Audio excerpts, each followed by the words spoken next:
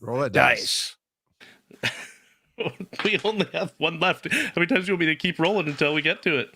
Well, until you learn your Let lesson. Daddy decide. Yeah, until you learn your lesson of how about you roll like Yahtzee? You roll 4 or 5 dice at once and find the one that comes up that you haven't done yet. All right. So, how do I parent my kids versus how I was parented? Which is a great topic that I believe Joe brought up. I did indeed. Because I was thinking the other day about how much roaming I did as a kid. Just all over the place, and how little roaming kids do these days, just in general. Like, I've even heard stories of people who, let their kids, what did they call them? Free roam. Isn't that the term for chickens? Free roam chicken. They call them free range. They call them free range kids, where people called the police on them because their kids were out and about without them, and so they got the police called on them because of child neglect or something. And so it just Look, it makes we're all, well, me and you are Gen X. I'm not sure if you're at the high end of Gen X, Kurt, or if you're a little bit of the boomers. I'm definitely Gen X, but I will say I'm on the beginning of Gen X. I'm 2 years away from being a boomer. I'm like. Yeah, right there. And every time they reanalyze it, I think I'm actually a Zennial with the X, so I'm at that Gen X millennial. I mean, it's whatever. But the point I bring up is every generation does have a little bit of a universal characteristic to it. And no, you butt faces and we're like, millennials don't want to work. No. That's not what I'm talking about. But with Gen X, we handled our business. Yep. I mean, the whole thing was my parents were telling me, as I'm sure Joe, you heard it. I'm sure Kurt, you probably heard it. As many people who listen to us have heard it. Come home when what happens? The lights comes on. There you go. When the street lights come on. Yep. And if you're in the country, when you can't hardly see the dark. sun. Yeah. Exactly. Or when it gets dark. Yeah. As it's getting, well, mine was as it's getting dark, because if it's dark, I'm late and I'm in trouble. Yeah. And the neighbors all knew who you were, whether they had kids or not, and they'd tell you, and every neighbor could yell at you. And it depending on where you live. I grew up in the South. Every neighbor within reason could hit you if you got out of line. Smack you upside the head. So we handled our business. It really explains a lot about Charles, actually. He probably got smacked upside the head a lot. Yeah. Well, he probably got smacked real hard.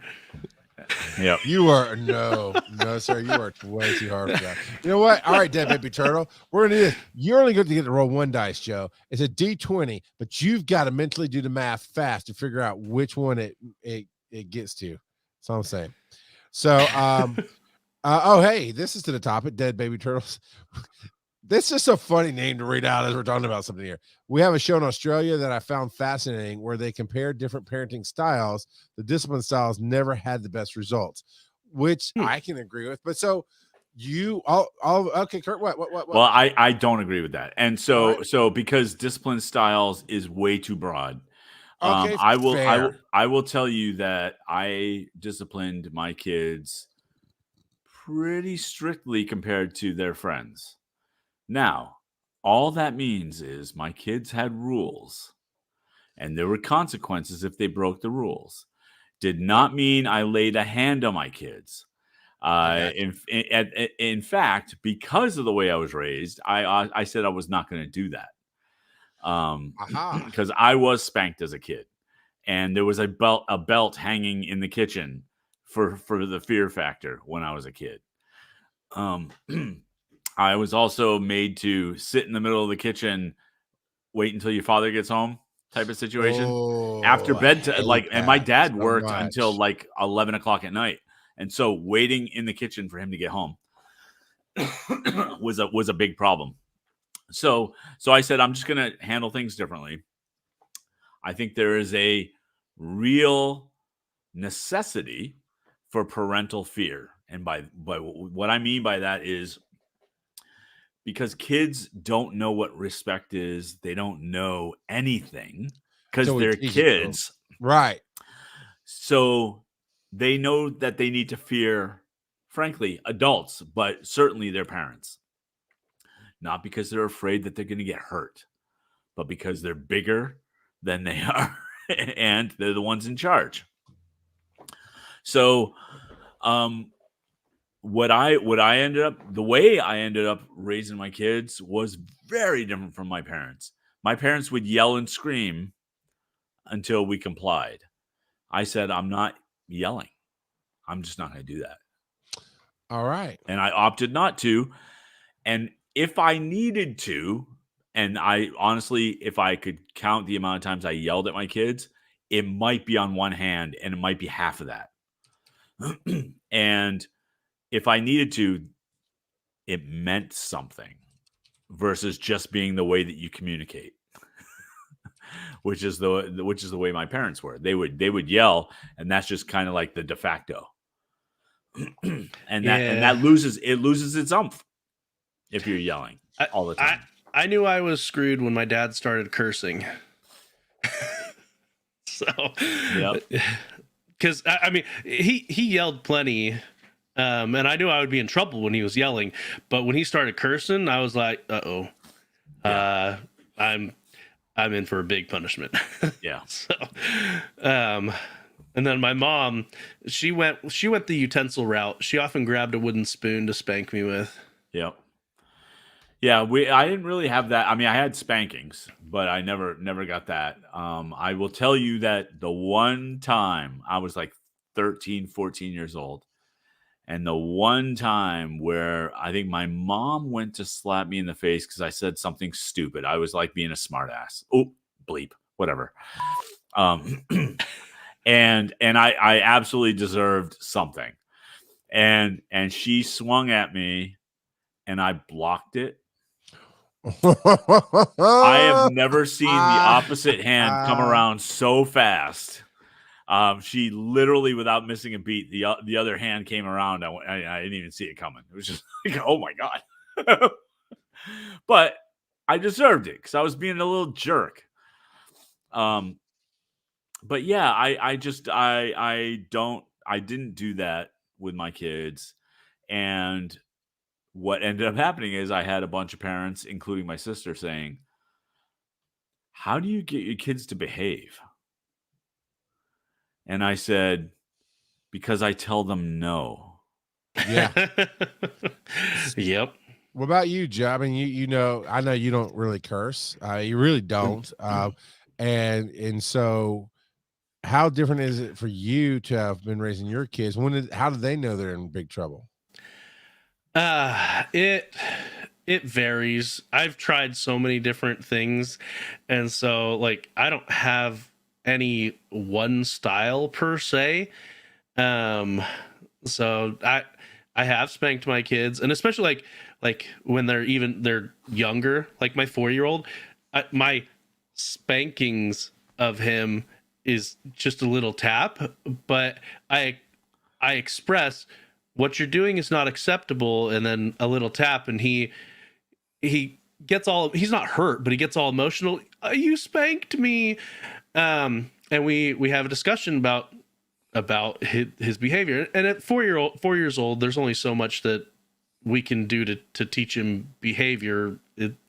He's 4. He's still very much growing and learning.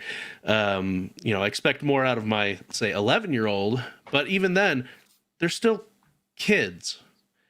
And so most of the time it's taking away privileges is what we do. So whatever video game that they're currently obsessed with, hey, I don't like what you're doing here. You lose that game for tomorrow. And so it doesn't take away like every single game, but that's the game that they really want to play. And so it still has an impact.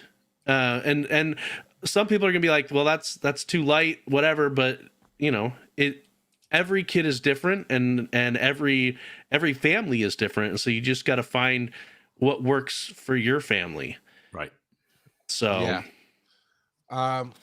So, okay, when he said discipline, I read into it the violence, right? The baby, so you're right. There's so many different ways to discipline, and really what we're talking about sounds like is consequences. I've tried to teach my kids there's consequences to every choice. There can be good consequences, like if you choose to clean your room, you're getting whatever, not whatever you want, but like, and when you do favor, and when you earn favor, that means, hey, when you ask us to get you that thing at the dollar store, you know what? You've been a good kid. I'm gonna take care of you. That's a good consequence. Bad consequence is if I gotta come and sit and watch you, I'm gonna make your life miserable, kind of deal.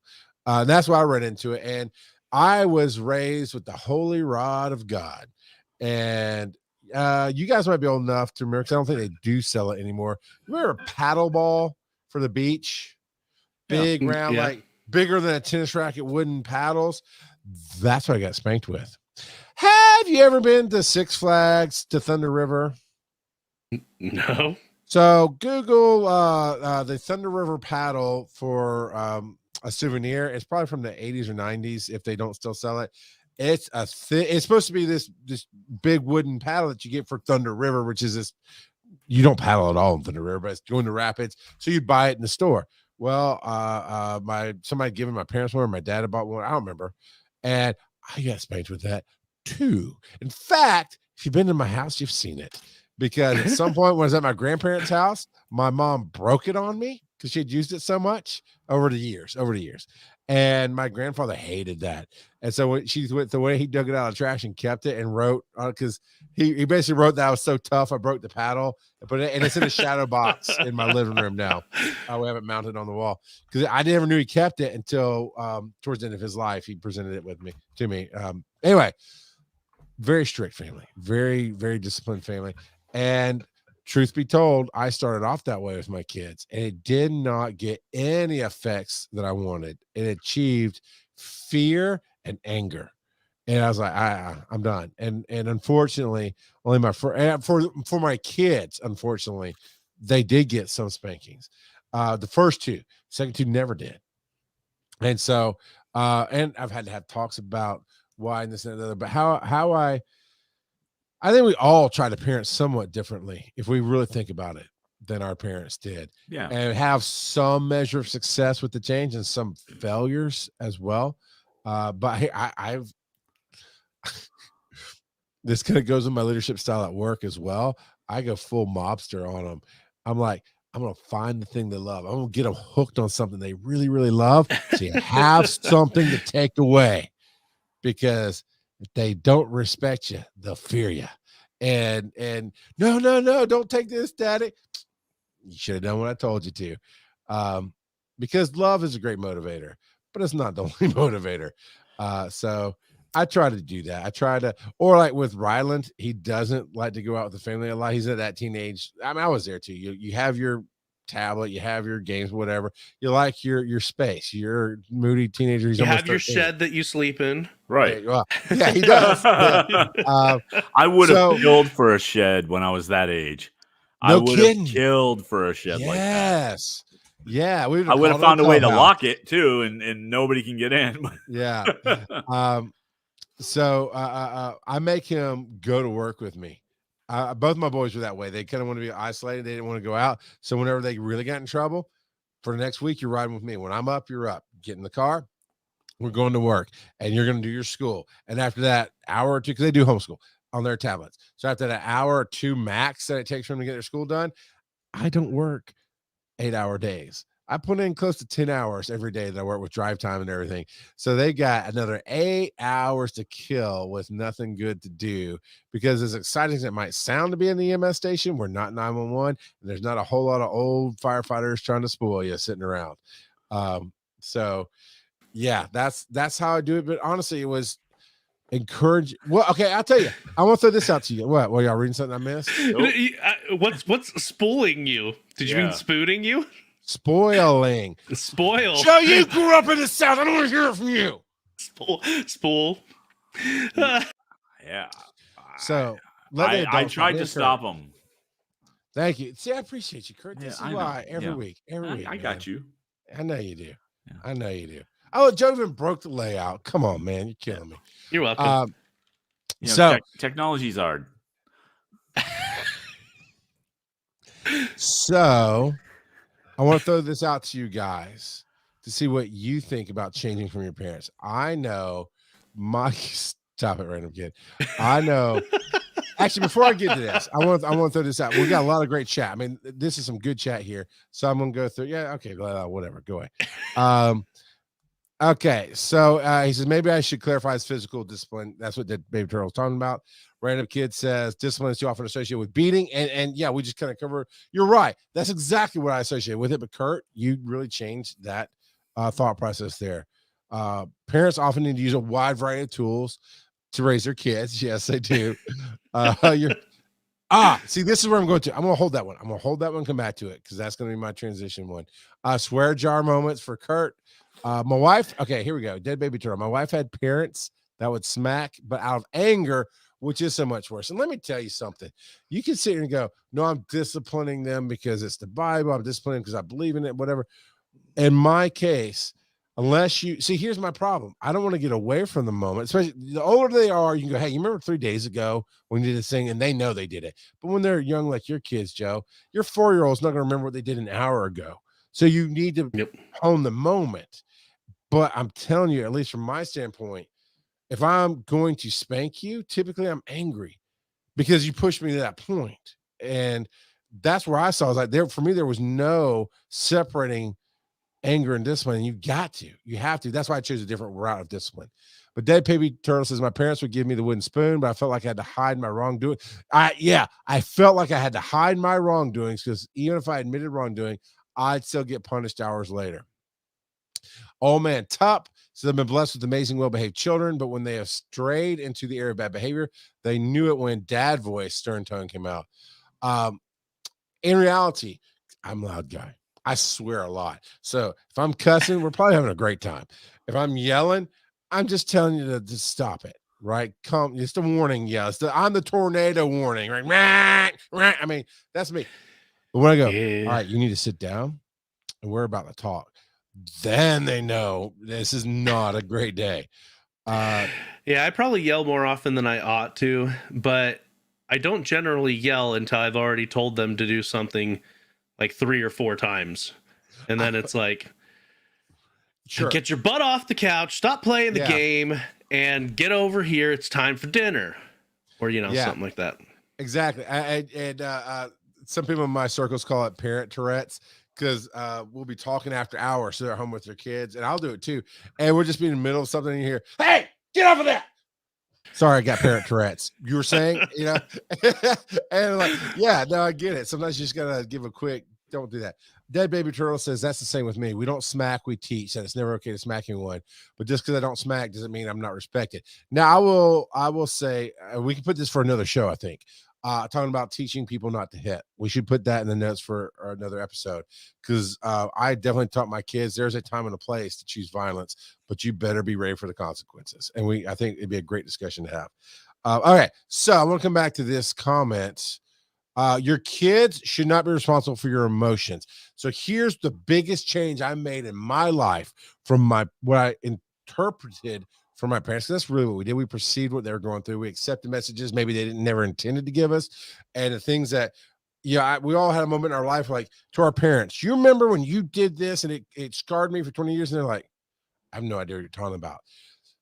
I changed how I felt about my kids and how really not felt about them, but how I allowed them to, how I chose my emotions based on them, if that makes sense. The whole what you do reflects on me.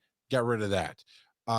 Hey, I want you to be protected and safe in this world versus do what I freaking tell you to. Those are the things I changed. I took out how I felt about it versus what I wanted for them. Did you guys do something similar?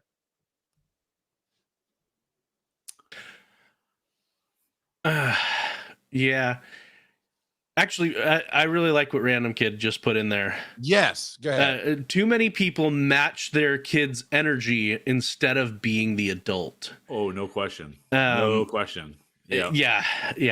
Kids are kids. They're gonna be emotional. You don't need to be matching that energy. You need to be the mature one in the situation. And just like Dead Baby Turtle said, don't let your emotions determine your reaction to your kids.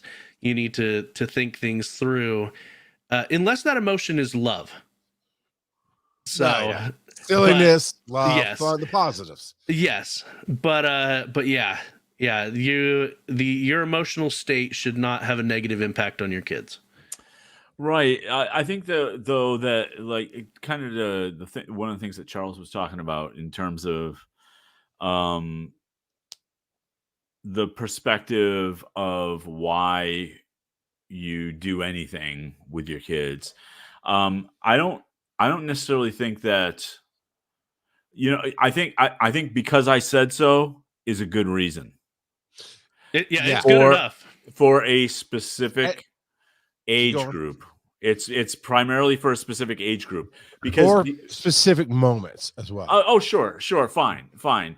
But even because once the kids get a little older and they can actually start thinking, then you can start saying, don't do this because you're going to get a shock by sticking the fork in the outlet.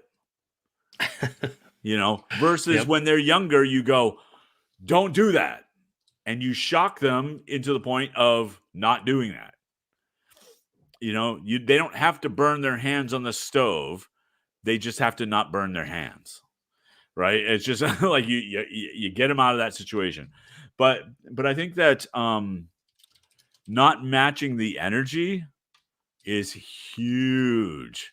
Because I've seen so many parents, and my wife did it. My wife would do it on occasion. I did it a lot. Yep. And I refused. And part of that, frankly, was because I had the advantage of being the guy that was going to work every day. So I wasn't there to get sucked into that energy. Yeah. So that's why, but it ended up working. And I think I may have told this before. And if I have, I apologize. I'd come home from work and we'd always have dinner together. And my wife would say, hey, I was trying to get the kids to clean their room and they kept arguing with me, and not in front of her, but I would just aside later, I would say, why are you arguing with the kids? And she'd be like, well, they wouldn't do this. I said, but you're the parent. Like there's no choice. Like there's no arguing. And so now I know in hindsight that might have been a little naive of me for not understanding what she goes through during the day. But the advantage to my thinking was we'd be at dinner and I would be sitting there and we'd be eating. And I go, so your mother tells me that you were giving her a hard time about cleaning your rooms. And they would go, yeah.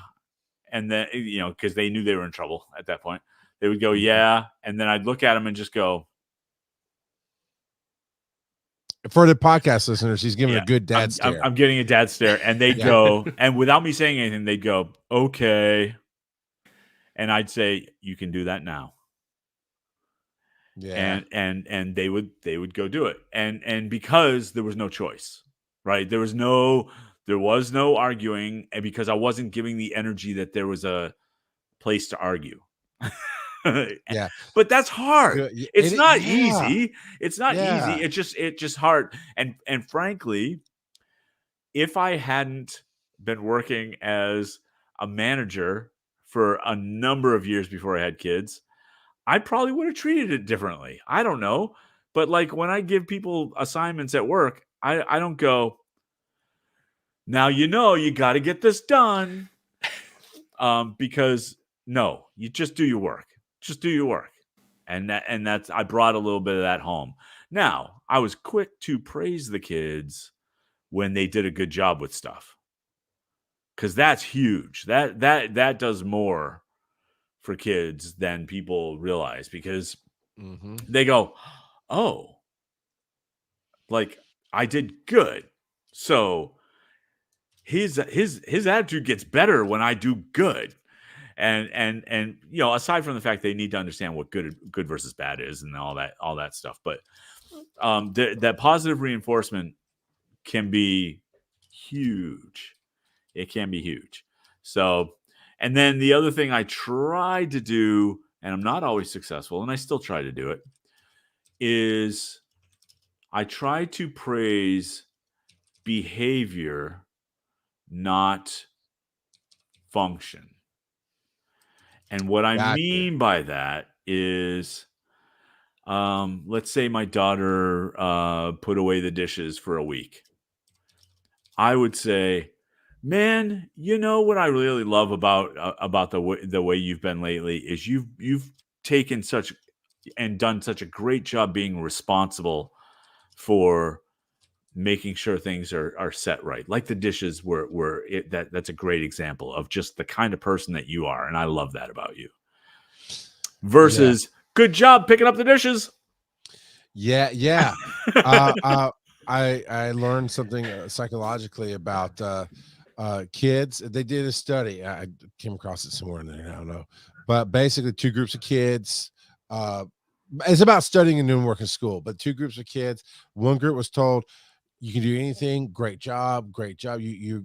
And the high learners in that group, the return on effort started dropping. Yep. Right. But the other group of kids that said, great effort. Keep up the effort. You're putting in a good job. You're doing the work, and you can keep it up. They kept the higher studied grades in there. And I once I learned that, it was like this last calendar year I heard about that. I've been trying, and it has two different levels. It has pretty good effects when I've been dealing with my kids. Like I used to be on about, you got to be on your grades. You got to, because I do believe now, I have been tested. I am borderline genius. And I only say that to say I can see it in all my kids. Every problem they've had in school has been a mental attitude problem, not because they couldn't grasp material. They are probably borderline geniuses. They're very smart. They can do just about anything they want. They can learn just about anything they want. And I used to really hammer them on that. It's like, you show me you're smart. Now I do use that as a consequence. It's like, no, you once they do the fighting and they get past the fighting and then they get it and they're like super great at it, like, yeah, you done messed up, Aaron, because you just proved my point. You proved you can do it. But I took that tactic of, come on, you can put the work. I know it's tough. You can put the work in. Let me help you do the work. That changed their mental attitudes for school, and they kept their grades up after that. I want to touch on what you said, Kurt, about coming home and talking to the kids after the wife thing. Now, based on Old Man Tup too. Old Man Tup says, my kids' mom and I express our emotions and parental authority to our children differently. And even though we have different methodology, we've always parented on a unified front. I think that is absolutely key in a relationship. So my kids were nurtured and supported a variety of ways, depending on the needs they had at the time. Same in my house to a certain point. I don't go into all that, but you're talking about coming home from work. I would, for a period of time, I either worked upstairs above the garage or I worked down in the basement working from home, depending on which house it was. And I would come up. Now, especially in the basement, I could hear her yelling at the kids. She would text me stuff. All right, come up to get lunch. And she's fussing out about things.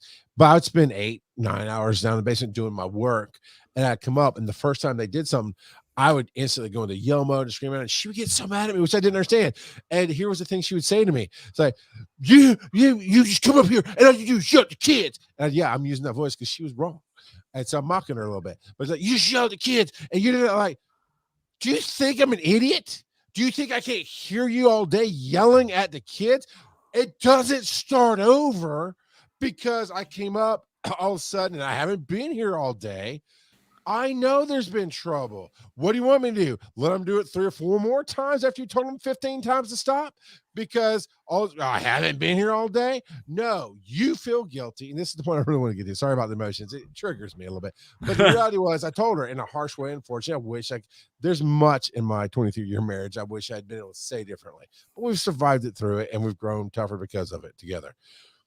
But I told her, it's like, you feel bad for feeling bad, because you didn't get the results you wanted from the kids. And when I came up and matched your energy, it made you feel worse because you want what I want, which is just to have them freaking behave. And what you're really hoping for is for me to be different.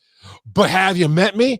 I'm not the different one. You are. Stop yelling like me. Let me do the yelling because that's my thing. You do your thing. So yeah, it was stop it, random kid. Stop it. Okay. Everybody at home, he made a bad joke. It's a bad pun. I'm not reading it. So, but I did want to touch on that. And I know we got to wrap up here. And it's a great conversation. But I think the biggest takeaway I'm having from this conversation with you guys is it's really hard to be a parent. And that's the show, folks.